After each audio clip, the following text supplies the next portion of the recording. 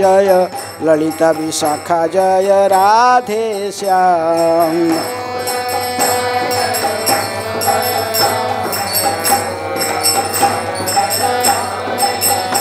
Prabhupada Prabhupada Prabhupada Prabhupada Prabhupada Prabhupada.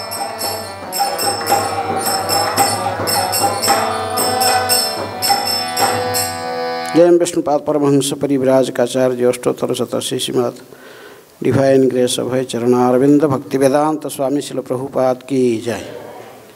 ISKCON प्रतिष्ठाता आचार्य BBT प्रतिष्ठाता आचार्य शिल प्रभुपाद की जय। जय ओम विष्णुपाद परमहंस परिव्राज काचार्य अष्टोत्तर शतशी श्रीमद भक्ति सिद्धांत सरस्वती गोस्वामी शिल प्रभुपाद की जय।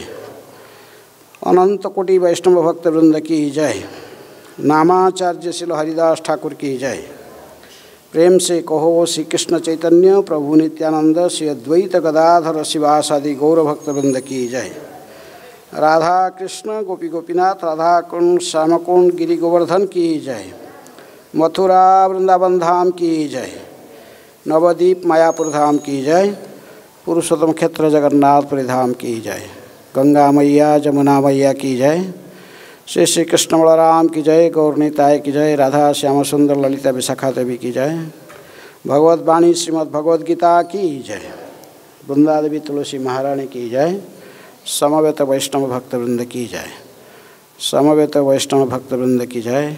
समवेत वैष्णव भक्तवृंद की जय।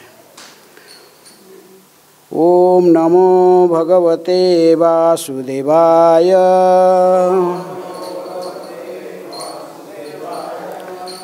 ओम नमः भगवते वासुदेवाय।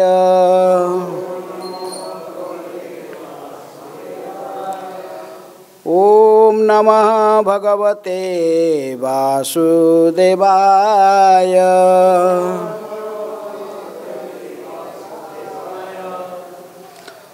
नारायणं नमस्कृत्य नरं चैव नरोत्तमं देवीं सरस्वतीं व्यासं ततो जयमुदीरये। गीतासु गीता कर्तव्या किमन्य शास्त्र विस्तरैः या स्वयं पद्मनाभस्य मुखपद्माद् विनिश्रिताः। श्रीमद् भगवद गीता यथारूप से पाठ।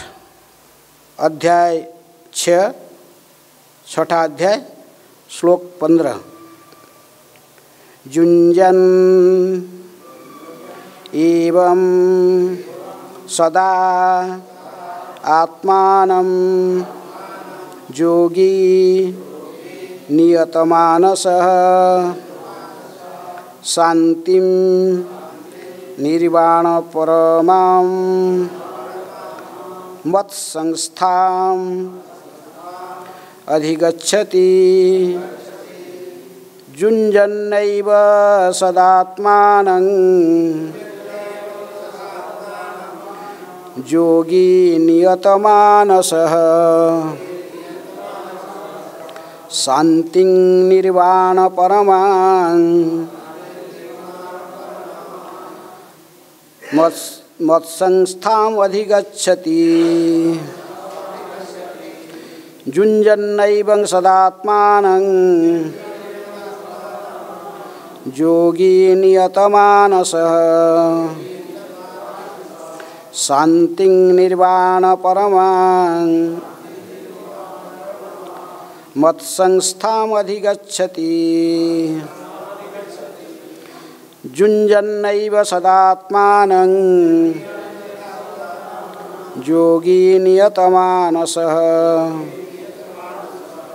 शान्तिं निर्वाणपरमां मत्संस्थाम् अधिगच्छति।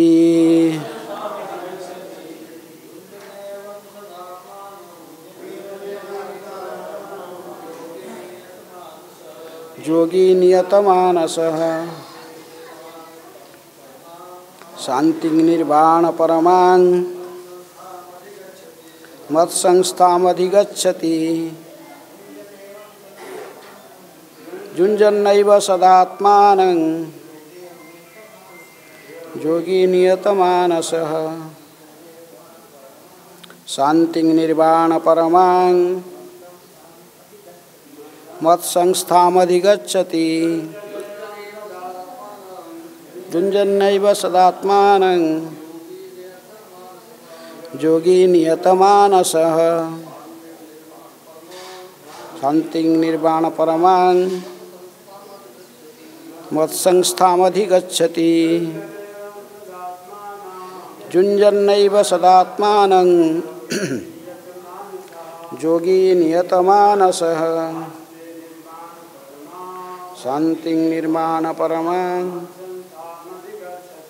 मत्संस्थामधिगच्छति। माताएं, जुञ्जन्नैव सदात्मानं योगी नियतमानसः शान्तिः निर्वाणपरमां मत्संस्थामधिगच्छति। शब्दार्थ: जुञ्जन अभ्यास करते हुए, एवं इस प्रकार से, सदा निरंतर, आत्मानं शरीर मन तथा आत्मा, योगी योग का साधक, नियतमानसः संयमित मन से युक्त,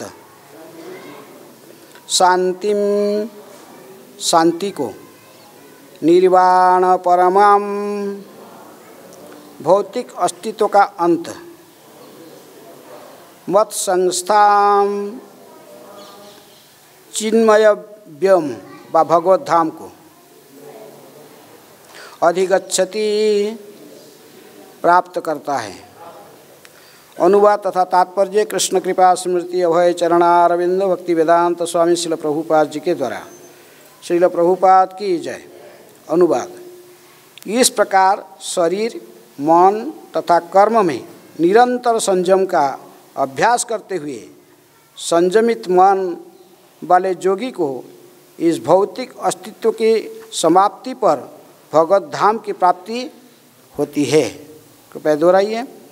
इस प्रकार शरीर मन तथा कर्म में निरंतर संयम का अभ्यास करते हुए संयमित मन वाले योगी को इस भौतिक अस्तित्व की समाप्ति पर भगवत धाम की प्राप्ति होती है।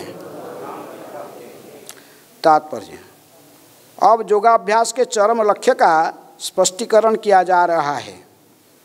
योगाभ्यास किसी भौतिक सुविधा की प्राप्ति के लिए नहीं किया जाता। इसका उद्देश्य तो भौतिक संसार से विरक्ति प्राप्त करना है। जो कोई इसके द्वारा स्वास्थ्य लाभ चाहता है या भौतिक सिद्धि प्राप्त करने की इच्छुक होता है, वह भगवद गीता के अनुसार योगी नहीं है। न हो भौतिक अस्तित्व की समाप्ति का अर्थ शून्य में प्रवेश करना, शून्य में प्रवेश है, क्योंकि यह कपड़ कल्पना है। भगवान की सृष्टि में कहीं भी शून्य नहीं है। उल्टे भौतिक अस्तित्व की समाप्ति से मनुष्य भगवत धाम में प्रवेश करता है। भगवद गीता में भगवत धाम का भी स्पष्टीकरण किया गया है कि यह वह स्थान है जहाँ ना सूर्य की आवश्यकता है न चांद का बिजली की। आध्यात्मिक राज्य के सारा लोक उसी प्रकार से स्वतः प्रकाशित है जिस प्रकार सूर्य द्वारा यह भौतिक आकाश। वैसे तो भगवत धाम सर्वत्र है, किंतु चिन्मय व्योम तथा उसके लोगों को ही परम धाम कहा जाता है। एक पूर्ण योगी जिसे भगवान कृष्ण का पूर्ण ज्ञान है, जैसा कि जहाँ पर भगवान ने स्वयं कहा है, मच्चित मत्पर मत्स्थानम, वास्तविक शांति प्राप्त कर सकता है और अंतर्गत्वा कृष्णलोक या गोलोक वृंदावन को प्राप्त होता है। ब्रह्म संहिता में 5:37 में स्पष्ट उल्लेख है, गोलोक एव निवसति अखिलात्मभूतः। यद्यपि भगवान सदैव अपने धाम में निवास करते हैं, जैसे गोलक कहते हैं, तो भी वे अपने परा आध्यात्मिक शक्तियों के कारण सर्वव्यापी ब्रह्म तथा अंतर्यामी परमात्मा है। कोई भी कृष्ण तथा विष्णु रूप में उनके पूर्ण विस्तार को सही सही जाने बिना वैकुंठ में या भगवान के नित्य धाम गोलोक वृंदावन में प्रवेश नहीं कर सकता। अतः कृष्ण भावना भावित व्यक्ति ही पूर्ण योगी है, क्योंकि उसका मन सदैव कृष्ण के कार्यकलापों में तल्लीन रहता है। सबई मनः कृष्ण पदारविंदयो। वेदों में श्वेतसातर उपनिषद 3:8 में भी यह पाया जाता है। तमेव विदित्वाति ही मृत्युमेति ही। केवल भगवान कृष्ण को जानने पर जन्म तथा मृत्यु के पथ को जीता जा सकता है। दूसरे शब्दों में योगों की पूर्णता संसार से मुक्ति प्राप्त करने में है, इंद्रजाल अथवा व्यायाम के कर्तों द्वारा अबोध जनता को मूर्ख बनाने में नहीं है। हरे कृष्ण। ओम अज्ञानातिमिरान्धस्य ज्ञानाञ्जनशलाकया चक्षुरुन्मीलितं येन तस्मै श्रीगुरुवे नमः। श्रीचैतन्यमनोभीष्टं स्थापितं येन भूतले स्वयं रूप कदा मह्यं ददाति स्वपदान्तिकं। वन्देऽहं श्रीगुरुः श्रीयुतपदकमलं श्रीगुरून् वैष्णवांश्च श्रीरूपं साग्रजातं सहगण रघुनाथानितं तं सजीवं साद्वैतं सावधूतं परिजनसहितं कृष्ण चैतन्यदेवं श्रीराधाकृष्णपदान् सहगण ललिता श्रीविशाखानितांश्च। नमो ओं विष्णुपादाय कृष्णप्रेष्ठाय भूतले श्रीमते भक्तिवेदांत स्वामिनिति नामिने। नमस्ते सरस्वते देवे गौरवाणी प्रचारिणे निर्विशेषः शून्यवादी पाश्चात्यदेशतारिणे। वसुदेवसुतं देवं कंसचाणूरमर्दनं देवकी परमानन्दं कृष्णं वन्दे जगद्गुरुं। नमो महावदन्याय कृष्णप्रेम प्रदायते कृष्णाय कृष्णचैतन्य नामिने गौरतिशये नमः। हे कृष्ण करुणा सिंधु बंधु जगत्पते गोपेश गोपिकाकांत राधाकांत नमस्तुते। तप्त कांचन गौरांगी राधे वृंदावनेश्वरी वृषभानुसुते देवी प्रणमामि हरिप्रिये। वाञ्छाकल्पतरुभ्यश्च कृपा सिन्धुभ्येव च पतितानां पावनेभ्यो वैष्णवेभ्यो नमो नमः। श्रीकृष्ण चैतन्य प्रभु नित्यानंद श्री अद्वैत गदाधर शिवासादि गौरभक्तवृंद। हरे कृष्ण कृष्ण कृष्ण हरे हरे, हरे राम राम राम हरे हरे।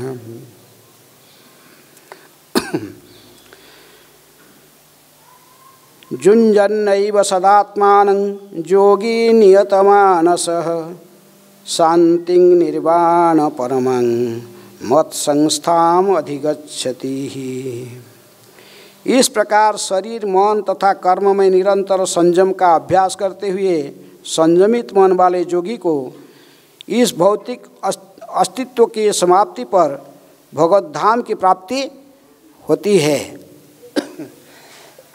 ये अध्याय का नाम ध्यान योग। जैसे हम जानते भगवत गीता में 18 अध्याय 700 श्लोक है। ये 18 अध्याय गीता को तीन विभाग में आचार्य लोग उनके नामकरण भी करते हैं। पहले 6 अध्याय तक इसको कर्मयोग कहा जाता है। निष्काम कर्मयोग की भगवान ने व्याख्या की है। बीच में 7वें अध्याय से 12वें अध्याय तक भक्ति का विशेष व्याख्या की गई, भक्ति योग का व्याख्या की गई।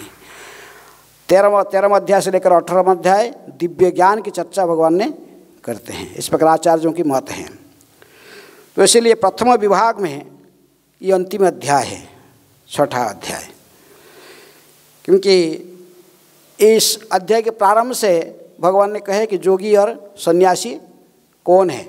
अनाश्रित कर्मफल कार्यं कर्म करोति च स योगी च सन्यासी न निरग्नि न चागृह।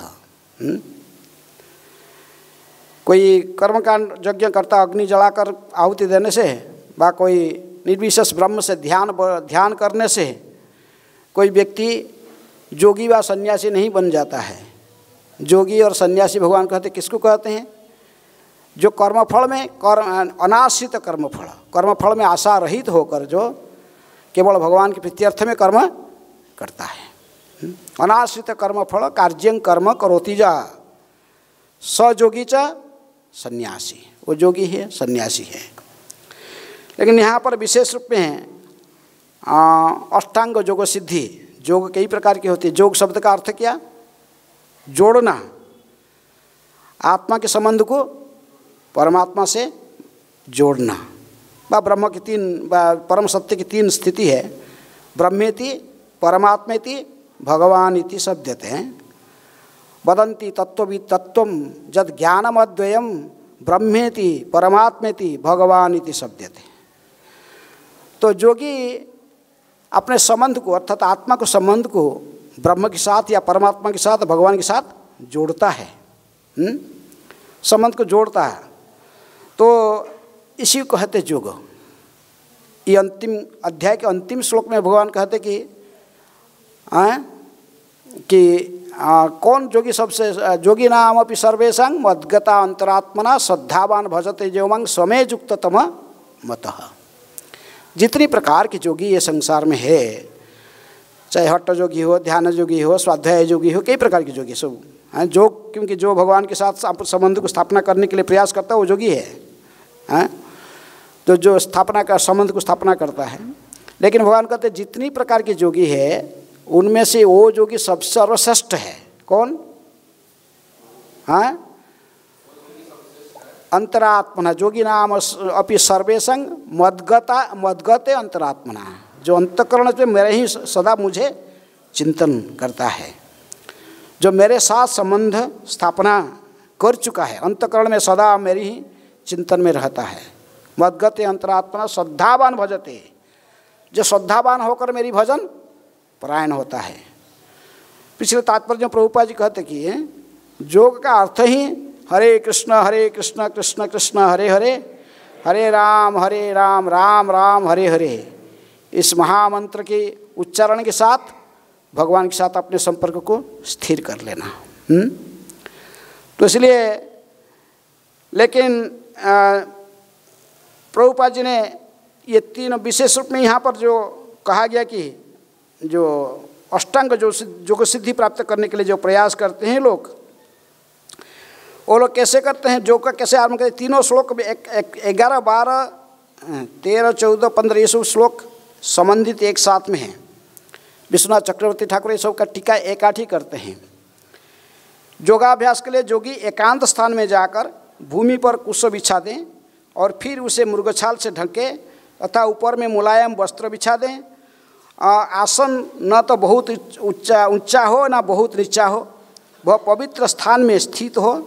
योगी को चाहिए कि इस पर दृढ़तापूर्वक बैठ जाए और मन इंद्रिय कर्म को वश में करते हुए तथा मन को एक बिंदु पर स्थिर करके हृदय को शुद्ध करने के लिए योगाभ्यास करे। अर्थात जिसके मन संयमित नहीं है, ये योग साधन करना संभव नहीं है। एकांत स्थान में जाकर, निर्जन स्थान में, जो स्थान को पूरा समान स्थिति में हो, ज़्यादा ऊंचा ज़्यादा नीचे न हो, वहाँ पर जाए कुशग्रास बिछाएं। इसका ऊपर फिर मृगछाल के ऊपर डालेगा। मृगछाल की विशेषता है, क्यों योगी लोग को मृगछाल के ऊपर सांप कभी छुए उठेगा नहीं, उसके ऊपर किसी कीड़े मकोड़ा और दूसरे उसके ऊपर नहीं उठेंगे। मृगछाल का अपनी विशेषता है, उसके अंदर अन्य जीव जंतु उसके ऊपर नहीं चढ़ते। तो मृगछाल को बिछाएगा, उसके ऊपर मुलायम वस्त्र डालेगा, डाल के इसका ऊपर फिर बैठेगा। किसी भी सुखासन, सबसे आसान के आसन है सुखासन, पद्मासन, सिद्धासन, कई प्रकार के आसन हैं। और अपने जो दोनों भुवों के बीच में यहाँ पर बोलते कि नासिका अग्र, नाक के अग्रभाग हैं, नाक के अग्रभाग दोनों भुवों के बीच में यहाँ पर ब्रह्मरंध्र को ध्यान करेगा, वहाँ पर एकाग्र चित्त से ध्यान करेगा। इंद्रियों, समस्त इंद्रियों को विषय वस्तु से मन को हटाकर इसको लाकर ब्रह्म में स्थिर करेगा। बस जो इसकी इष्ट है वो उनकी चिंतन में स्थिर करेगा। तो इसे कर पाना इतने आसान नहीं है। इस कली युग में विशेष तो, और कली युग के बाद दूसरे अन्य युग में भी हैं, कोई ऐसा योग करना, योगी व्यक्ति जिसकी प्रकृति में मन विषय वस्तु से हटा नहीं है, इंद्रिय भोग से संपूर्ण रूप में विरत नहीं हो गए, जिसकी मन पूर्ण कहते कि मन एव मनुष्याणाम कारण बंध मुख्य, मन ही इंद्रियों के राजा है। मैं इंद्रियाणां मनस्यास्मि, मन जिसके संयमित नहीं हुआ वो योग साधन करना संभव नहीं है। हाँ, कितने बड़े बड़े योगी प्रयास करके देखे हैं। विश्वामित्र कितने बड़े योगी हैं, सब कुछ राजा था, सब छोड़ छाड़ी योगासन योगा अभ्यास करने लगा।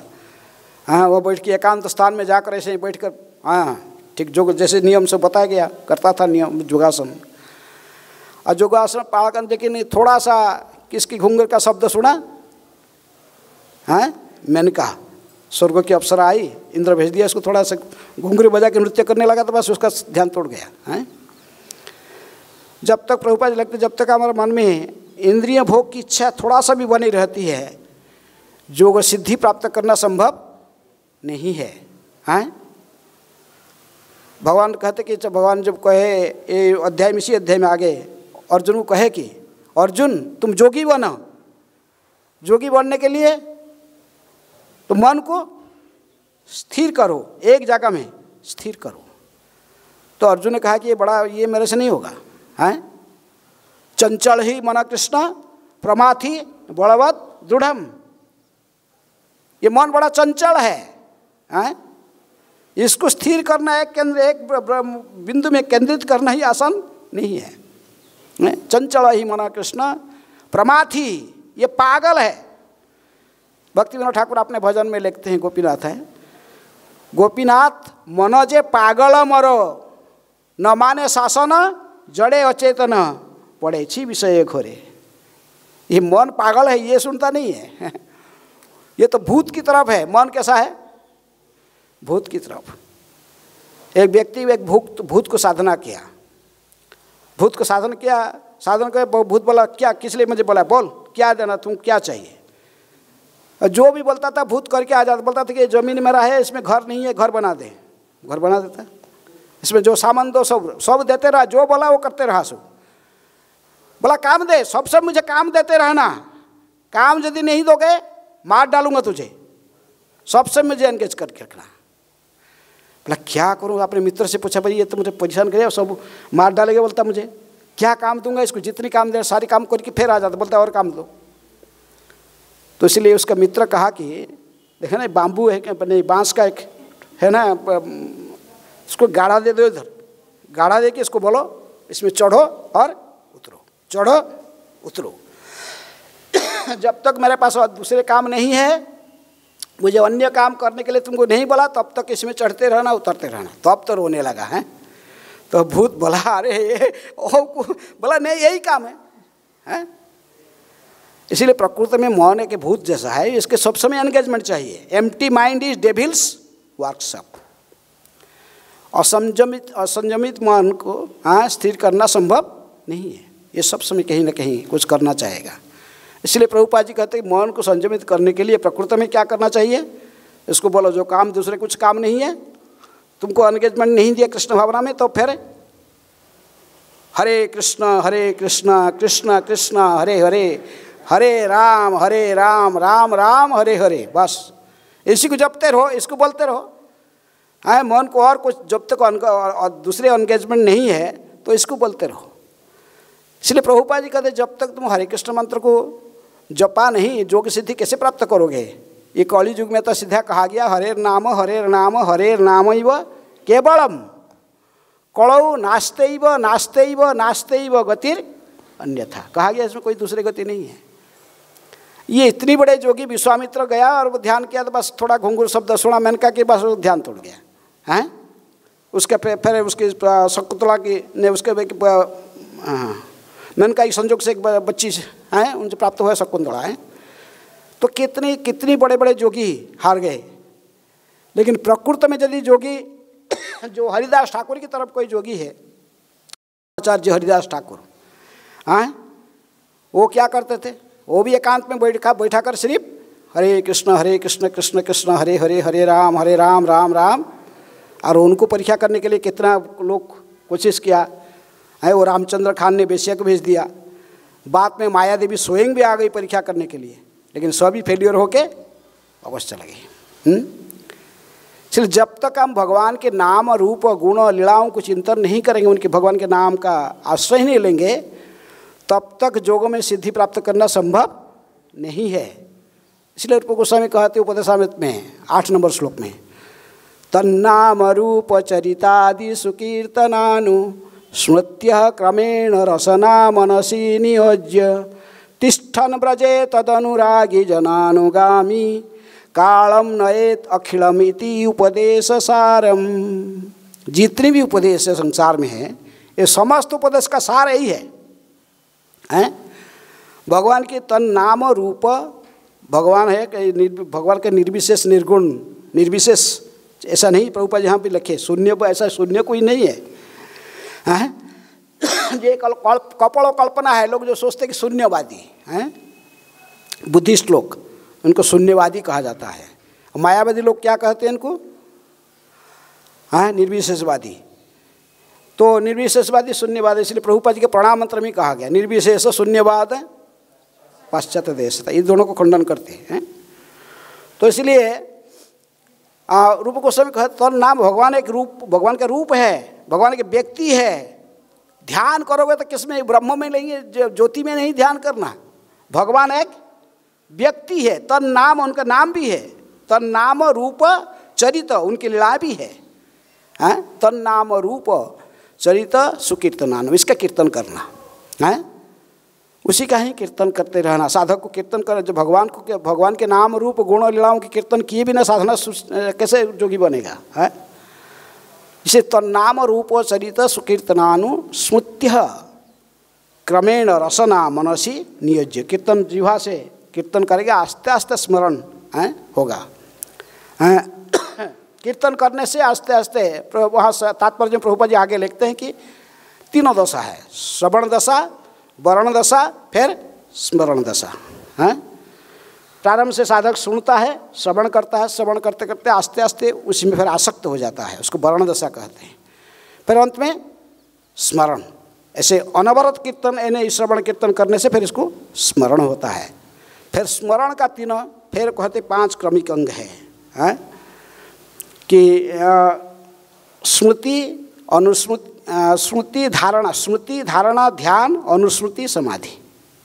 भक्ति सिद्धांत सरस्वती ठाकुर के जो कोट को प्रभुपाद ने कोट अपने तात्पर्य में लिखकर कहते कि ये है विधि, साधक कैसे है।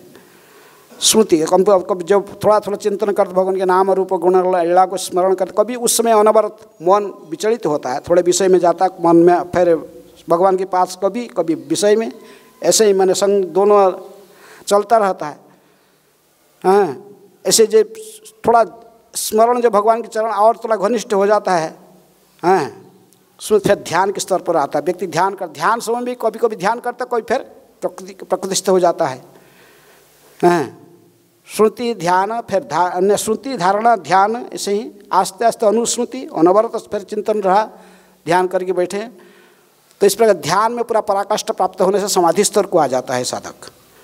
तभी फिर भगवान के चरण में उनकी सदा मन स्थिर हो जाता है, वो बाह्य जगत से इसके संपर्क कट जाता है।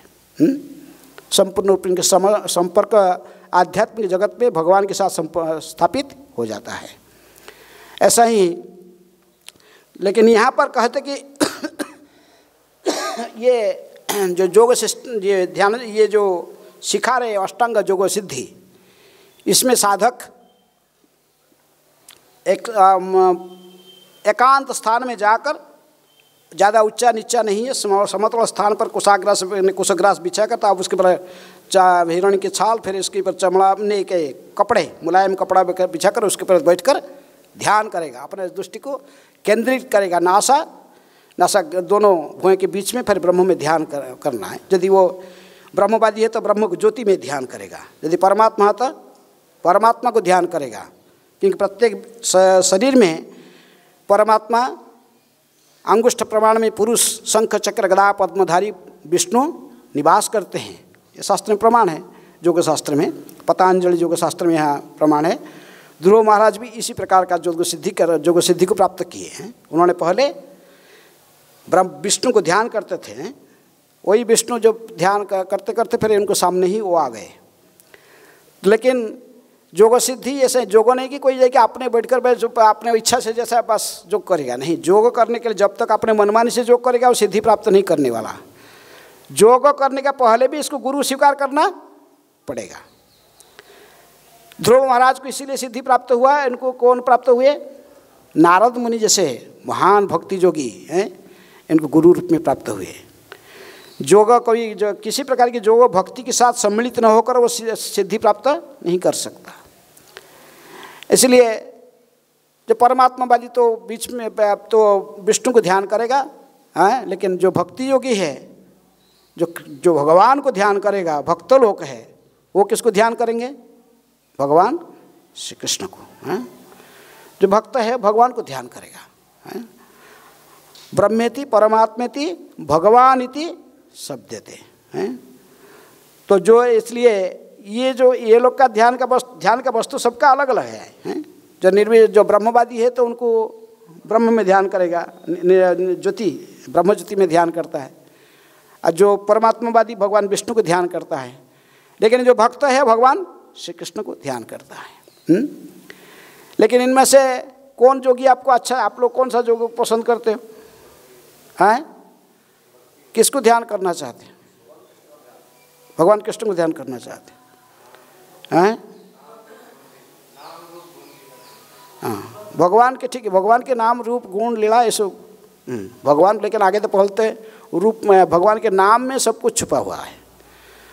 पहले आपको नाम ग्रहण करना पड़ेगा, नाम में ही उनके रूप गुण लीला सब छुपा हुआ। किसके पीछे? नाम में। इसीलिए साधक को कहा जाता है केवल प्रारंभ से कैसे करेगा? नाम का ही आश्रय करेगा। नामाश्रय करी थाकह सदा। इसलिए साधक पहले नाम का उच्चारण करता है कि श्रवण कीर्तन, नाम का श्रवण कीर्तन करते रहने। हरे कृष्ण कृष्ण कृष्ण हरे हरे, हरे राम राम राम हरे हरे। जो शुद्ध भाव से भौतिक इच्छा से मुक्त होकर जब नाम संकीर्तन करेगा तो अपने आप भगवान के रूप प्रकट हो जाएंगे। हैं, साधक प्रारंभ से कोई कल्पना करके ऐसे नहीं करता, शून्य को ध्यान करके वो हरे कृष्ण मंत्र गाएगा। ऐसा नहीं कि कोई ज्योति में उद्देश्य करके हरे कृष्ण मंत्र गाएगा। मायावादी लोग करते, मायावादी आश्रम में सब हरे कृष्ण कीर्तन होता है, हरे राम राम राम हरे हरे, हरे कृष्ण वो करते कीर्तन। लेकिन उनका लक्ष्य गोलोक वृंदावन को प्राप्त करना, भगवान श्री कृष्ण को प्राप्त करना नहीं है। उनके नाम लक्ष्य ब्रह्म में लीन होना है। कुछ परमात्मावादी भी हरे कृष्ण मंत्र कीर्तन करते हैं, सब आश्रम सब जगह करते हैं, लेकिन उद्देश्य सबका अलग अलग है। लेकिन जो भक्त है वो भगवान को जानता है, भगवान कौन है। भगवान षड़ैश्वर्यपूर्ण एक व्यक्ति विशेष हैं, उनके नाम है, उनके रूप है, उनकी गुण है, उनकी लीला है, उनके धाम है। ये श्लोक में बता दे, मत ने विशेष रूप में वो शब्द उपयोग किया जाता है।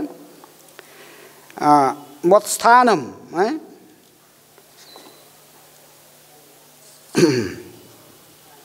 शांति निर्माण परमं मत्स्थानम अधिगच्छन्ति। मत्स्थानम, इस प्रभुपाद जी कहते कि मत्स्थानम का अर्थात भगवान के धाम, जहाँ पर भगवान सदा के लिए रहते हैं, जिसके प्रमाण ब्रह्म संहिता में दी गई है। ब्रह्म संहिता में इसकी बता 5:37 में स्पष्ट है कि गोलोक एव निवसति अखिलात्म भूतो।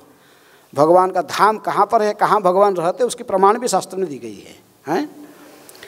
तो इसलिए भक्ति योगी ही केवल भगवान को प्राप्त कर सकता है। कृष्ण को प्राप्त करने के लिए भगवान कहते कि सारे कई जगह पर कहते हैं, भक्त्या मांग अभिजानान्ति। केवल भक्त ही मुझे जान सकता है। कोई तो अन्य जोगी, अन्य प्रकार के योगाभ्यास करने वाले हैं, वो मुझे समझ नहीं पाएगा। हैं ये हट जोगी, कोई देव का, कोई परमात्मा को ध्यान करने वाला, कोई ये, लेकिन वो आंशिक है, आंशिक उपलब्धि है, लेकिन पूर्ण उपलब्धि केवल भक्त ही करता है। भक्ति योग को आश्रय करके जो भगवान को सदा भगवान के नाम संकीर्तन करता है, तब आस्ते आस्ते भौतिक इच्छा से रहित होकर भगवान के जन्म कर्म लीलाओं को सब समझ जाता है। अंत में भौतिक इच्छा से रहित होकर भगवत धाम में प्रवेश करने के योग्य बन जाता है। तो इसलिए यही जीवन का लक्ष्य होना चाहिए, है ना। हमें कोई सद्गुरु ग्रहण किए बिना किसी प्रकार के योग का अभ्यास सफलता आपको प्रदान नहीं कर सकता है। एक व्यक्ति था, एक भक्त था, सत्य घटना, हमारे यही मंदिर में ही था भक्त है। मुझे 24 आवर कीर्तन में कुछ दिन सेवा करता था और इंद्र प्रभु के साथ था। तो वहाँ पर एक भक्त था, वो ध्रुव महाराज का प्रसंग चलता था, भागवत को पढ़ा होता था क्लास में। तो सुन के बोला कि मेरे को भी ध्रुव महाराज जैसे बनना। 6 महीना में भगवान को दर्शन हो गया है। तो बोला ठीक है, तो करोगे तो वैसे ही साधन, ऐसे ही ध्रुव महाराज कैसे कर रहे थे जानते हैं ना, कैसे है 6 महीना कैसे जीवन धारण किए थे। हैं पहला महीना में क्या खाते थे, कोई था जंगली बैल होता है तो उसको तो थोड़े हैं, फिर आस्ते आस्ते उसको भी छोड़ के सूखा पत्ता, सूखा घास खाने लगे हैं। आस्ते आस्ते उसको छोड़कर फिर केवल पानी पीने लगे। आस्ते आस्ते पानी को छोड़कर फिर हवा खा के रहे हैं। ऐसा कर पाना संभव है? तो अभी तो 6 महीना में जब हवा, केवल हवा भी लास्ट में हवा लेना ही बंद कर दिए तो सबका स्वास्थ्य पर बंद हो गया है। सारे देवता लोग भी हाहाकार मचाए हैं। तभी भगवान को बाध्य होकर प्रकट होना पड़ा है सामने। तो ऐसा सब हवा खा के रहने वाला कोई है? तो लेकिन ये योग सिद्धि, इस प्रकार योग सिद्धि करके कोई हासिल कर सिद्धि, वो चला गया भक्त, कहा नहीं मैं करूँगा। यहाँ गया, जाकर रामघाट पहुँच गए, जमुना के ना वो रामघाट है वहाँ पर, जमुना के ही भाग में ऐसे ही मैंने भगवान बलराम ने इनको ऐसे खींच कर उसको धागा अलग अलग बना देते धागा। तो वहाँ पर देखा जमुना विशाल ऐसे दिख रहा है, उसका बीच में, जमुना के बीच में एक टाबू दिख रहा है, वहाँ जंगल थोड़ा जैसे है। तो वो जाके उस टाबू में बैठ कर ध्यान करने लगा हैं। वो टाबू में जंगल के अंदर बैठ के वहाँ और बारिश का आस्ते आस्ते उस दिन रात को बहुत बारिश हो गया। इतना बारिश हुआ कि बाढ़ आ गया जमुना में हैं। जमुना में बाढ़ आएगा तो पानी तो सब डूब भर गया चारों साइड। बीच में टापू का अंदर भी पानी घुसा। वो बैठा था ध्यान करके, बेचारा वहाँ से भागा है।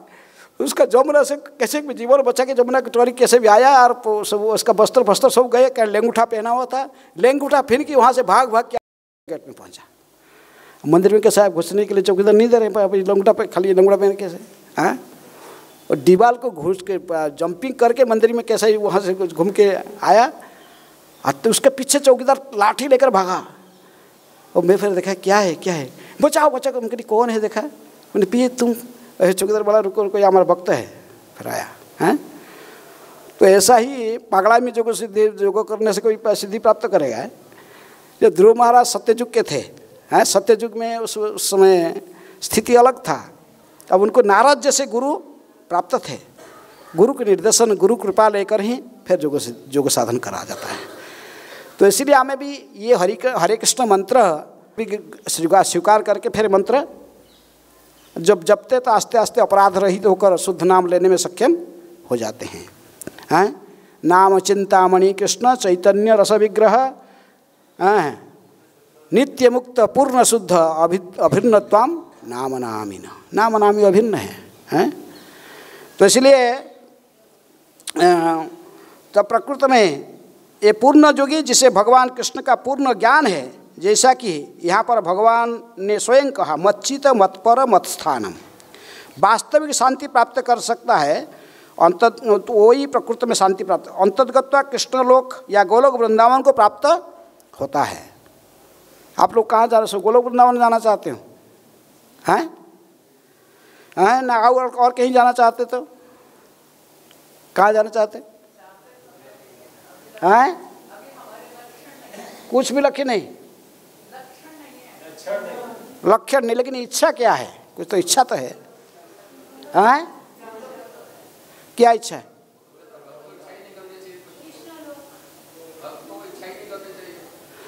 तो आपका सबका, सब लोग ऐसा हायर स्टेज में नहीं है, सब लोग का स्थिति अलग अलग है। हैं? प्रभुपाद जी कहे कि एक भक्त पूछा प्रभुपाद जी को, कहा प्रभुपाद मैंने आपने पढ़ लिया बहुत कुछ। चैतन्य महाप्रभु ने कहा मम जन्मनि जन्मनि स्वरे भवताद भक्तिर हेतु की तो ही, इसलिए मैंने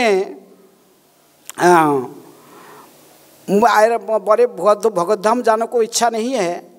मैं केवल आपका साथी सदा रहूँगा, सदा आपकी किताबों की वितरण करते रहूँगा। हैं? आप जहाँ भी जाओगे लड़ा, मैं आपके साथ ही सब समय में सेवा करते रहूँगा। प्रभुपाद जी बोले हैं don't make me come back again. हैं? माई गुरु महाराज ही डिवाइन ग्रेस भक्ति सिद्धांत सरस्वती ठाकुर प्रभुपाद कहे this material world is not a place for a gentleman. हैं? एक भद्र व्यक्ति के लिए भौतिक जगत का स्थान नहीं है रहने का। हैं? तो इसलिए प्रभुपाद मेरे को दोबारा इधर आने के लिए बाध्य नहीं करना है, क्योंकि जब तक शिष्य नहीं, जब भगवत धाम पहुँचेगा नहीं, गुरु का जिम्मेदारी है उसको भगवत धाम पहुँचाना है। इसलिए भगवत शिष्य बनाना, गुरु बनना कोई साधारण काम नहीं है। कोई भी गुरु बन जाए, कोई भी क्या बस शिष्य बनाते रहे, बड़ा अच्छा लगता। लोग सोचते फॉलोअर बनता है, लेकिन जानते नहीं कि महाप्रभु ने क्या गाया, न धनम न जन्म न जन्म माने फॉलोअर्स, न सुंदरिम कवितांग। जो गुरु जो जिनको सब शिष्य बनाया, ये जब तक भगवत धाम नहीं पहुँचेगी वो फिर उसकी जिम्मेदारी है इनको पहुँचाना लेके कहाँ भगवत धाम। हाँ, ये आसान के काम नहीं है। हैं? तो इसलिए तो प्रभुपाद जी कहे कि नहीं, कम से कम तुम ये इच्छा रखो कि ये जीवन के अंत में भगवत धाम चले जाओगे। हैं? इस बात ये तात्पर्य में प्रभुपाद जी लिखे, जीवन के अंत में भगवत धाम, भगवान के धाम में प्रवेश कर जाना, ये ही जीवन का लक्ष्य। लेकिन वो कुछ महाजन है, महान अधिकारी भक्त है, वो बहुत रेयर भक्त है जो जिनके मन में भगवत धाम जाने के लिए भी इच्छा नहीं होता है। इनको भगवान विष्णु के दूत नहीं आते लेने के लिए, उनको लेने के लिए भगवान को आना पड़ता है। हैं? नहीं तो वो बस सेवा करके ही तृप्त रहते हैं। हैं? प्रहलाद महाराज को ध्रुव महाराज ने, सॉरी प्रहलाद महाराज को लेने के लिए कौन आया? स्वयं नृसिंहदेव आए। हिरण्यकशिपु को विदारित करके पहले प्रभु प्रहलाद तुमने बहुत दुख सहा, अभी चलो तुमको अन्य दूसरों को उसको लेने के लिए मेरे दूत आ जाते हैं, विमान आ जाते चले जाते हैं, लेकिन मैं जानता हूँ तुमको लेने के लिए, इसलिए मुझे आना पड़ा। मैं स्वयं आया हूँ, तुमको साथ में लेके जाऊँगा, चलो। लेकिन भगवान प्रहलाद महाराज कहे नहीं, आप मेरे सामने मुझे आए हो, प्रकट हुए हो, ये मेरे को जो कुछ बोल रहे ये मेरा किसके लिए हुआ? केवल मेरे गुरुदेव नारद मुनि की कृपा के कारण। नारद मुनि मुझे भक्ति सिखाया। हाँ, उन्होंने मुझे भक्ति सिखाया और मैं भक्ति किया, तो अभी तो आप मेरे सामने प्रकट हुए। और आप मुझे बोल रहे चलो मेरे साथ। मैं गुरु को बिना बोले, जिनकी कृपा से आप आपके चरण कमल को प्राप्त किया, मैं उनको छोड़कर, उनको बिना पूछे उनकी छोड़कर मैं अकेले कैसे आपके साथ चले जा सकता हूँ? ये संभव नहीं है। मेरे गुरु जो कार्य में रहते हैं, हम भी उसी कार्य में लगे रहेंगे। हैं? क्यों? नारद मुनि सदा लगे रहते किस में? प्रचार में। वो बोला हम भी प्रचार करते रहेंगे मेरे गुरु जी के साथ। हैं? तो गुरु मेरे कहेंगे जाने के लिए, फिर सोचूंगा। हाँ, वो बहुत उन्नत स्थिति में जो महाजन लोग हैं, ये सब अपने अपने जगह पर रह के सेवा में रहते हैं, इनको भगवत धाम का इतनी चिंता नहीं है। नारद स्वयंभू नारद शंभु कुमार कपिल मनु प्रहलाद जनक भीष्म बलि व्यासकी वयम। जमराज स्वयं कह रहे श्लोक 6 अध्याय के प्रारंभ से। ये 12 महाजन जो कहेंगे भागवत में बताएगा, ये 12 महाजन कोई भगवत धाम में नहीं है। कहते कि महाजन जन गतस्य पंथा। ये महाजन लोग सब सेवा को बड़ा माने हैं। ब्रह्मा जी आपने सेवा कर रहे, ब्रह्मलोक में भगवान ने इनको जो सेवा दिया वो इसी में लगे, भगवत धाम में नहीं बैठे हैं। ब्रह्म स्वयंभू नारद मुनि घूमते प्रचार करते ना, स्वयंभू नारद शंभु शंकर जी अपने धाम में बैठ के अपनी सेवा करते हैं। सृष्टि को प्रलय करना उनको जो भगवान सेवा दिया है। प्रहलाद जनक भीष्म ये सभी प्रहलाद और बलि महाराज दोनों सुतोल लोक में हैं। ये सभी जितनी महाजन है, यदि इनकी हिस्ट्री देखा जाए, सभी अपने अपने जगह पर रहकर भगवान की सेवा में लगे हुए हैं। लेकिन हम इनको इमिटेशन भी नहीं कर सकते हैं। जैसे प्रभुपाद जी ने कहे कि finish your business in one life time है, एक जन्म से अपने बिजनेस खत्म करो, भगवान की भक्ति करो, भगवत धाम में चले जाओ। नहीं तो भगवत धाम पहुँचना इतना आसान नहीं है। तो इसलिए प्रभुपाद लिखते ब्रह्म संहिता में 5:37 में स्पष्ट कहते गोलोक एवं निवसति अखिलात्म होता। यद्यपि भगवान सदैव अपने धाम में निवास करते हैं, जैसे गोलोक में रहते हैं, तो भी अपनी परा आध्यात्मिक शक्तियों के कारण सर्वव्यापी ब्रह्म और अंतर्जामी परमात्मा रूप में भी व्याप्त हैं। कोई श्री कृष्ण तथा विष्णु रूप में उनके पूर्ण विस्तार को ही सही जाने बिना वैकुंठ में या नित्य धाम गोलोक वृंदावन में प्रवेश नहीं कर सकता। जो इस सत्य को पूरा नहीं समझा कि ब्रह्म का 3 स्तर है, ब्रह्म, परमात्मा और भगवान। इस रहस्य को समझकर साधक कृष्ण भावना भावित व्यक्ति ही पूर्ण योगी है, क्योंकि उसका मन सदैव कृष्ण के कार्यकलाप में तल्लीन रहता है। सबई मनः कृष्ण पदार बिंदयो हैं। ये प्रकृत योगी जैसे महाराज अम्बरीश हैं, अपने इंद्रियों को कृत्रिम रूप में संयमित करके रखने से केवल मन ने संयमित नहीं हो जाता। इनको भगवान की सेवा में जब तक एंगेज नहीं करेंगे तब तक हमें प्रकृत में इंद्रिय संयम करना संभव नहीं है।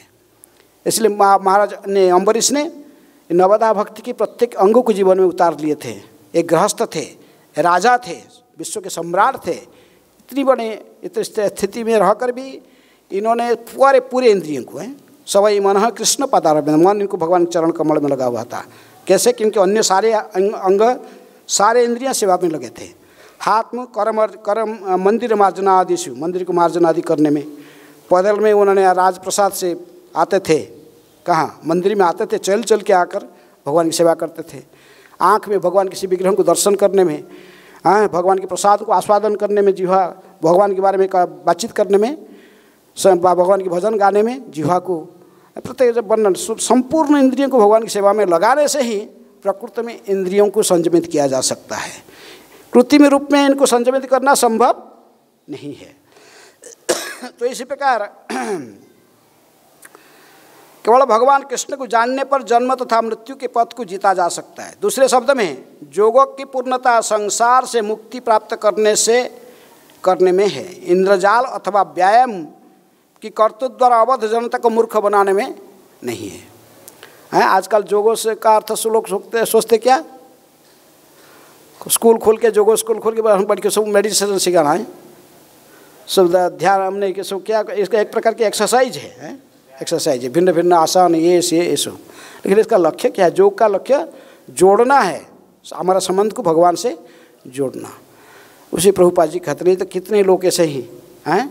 अमेरिका में जब प्रभुपाद जी जाने के पहले वहाँ पर एक जोगी ट्रांसडेंटल मेडिटेशन सिखा रहा था सबको, ट्रांसडेंटल मेडिटेशन। तो उनके पास में मेडिटेशन सीख रहा था एक छात्र, जो सीख रहे थे एक व्यक्ति। हमारे इस्कॉन में महान प्रभुपाद जी के अच्छे डिसाइपल बने बाद में रविंद्र स्वरूप दास महान भक्त से वो उसके पास थे, ट्रांसडेंटल मेडिटेशन सिखाते। बाद में बीच में इनको कई भक्तों लेके गीता पकड़ा दिया, प्रभुपाद जी के Bhagavad Gita as it is. तो उन्होंने गीता पढ़े, बोले जीवन का लक्ष्य तो भगवत धाम जाना है। तो फिर उसको पूछने लगे, बोले भाई ये क्या है, अब तुम मुझे ट्रांसलेट मेडिटेशन सिखा रहा है, ये मेडिटेशन ऐसे ध्यान करके ऐसे क्या सिखा रहे, तो ऊपर उठना है, इसमें हम भगवत धाम जा सकते कि? तो उत्तर नहीं दे रहा था, बार बार पूछते थे, उत्तर नहीं देता था। लास्ट में एक दिन बार बार पूछे तो बोले if you want to know this come alone to my room. तो फिर वो उनका रूम में गए अकेले। तो बोले तुम यदि इसे वो इसका जानना चाहता है, भगवत धाम जाना चाहता है, go to Bhakti Vedanta Swami, I am not for that. तो तुम भगवत धाम भक्ति वेदांत स्वामी के पास जाओ, मैं ऐसे तुमको भगवत धाम ले जाने के लिए नहीं हूँ। मैं तुमको इसको थोड़ा ध्यान सिखाऊँ, मेडिटेशन पर फीस देने का महीना बस $500 फीस देके जाना बस। हाँ, तो इसलिए पूरा संसार ऐसे ही चीटर और चीटिंग चल रहा है, चीटर और चीटेड लोगों के भरा हुआ है। लेकिन सही भक्ति का प्रकृति में जोगों को जो समझना चाहेगा फिर प्रभुपाद जी की निर्देशित हैं Bhagavad Gita as it is को सावधानी से पढ़ना चाहिए। उससे कुछ समझ में आएगा क्या करना है क्या नहीं करना है, हैं? हरेर नाम इव केवलम कलो नास्तेइव गतिर अन्यथा। हरे कृष्ण। समय हो चुका है। कोई प्रश्न किसकी? अभी दूसरे क्लास फिर इंग्लिश क्लास होगा। हाँ,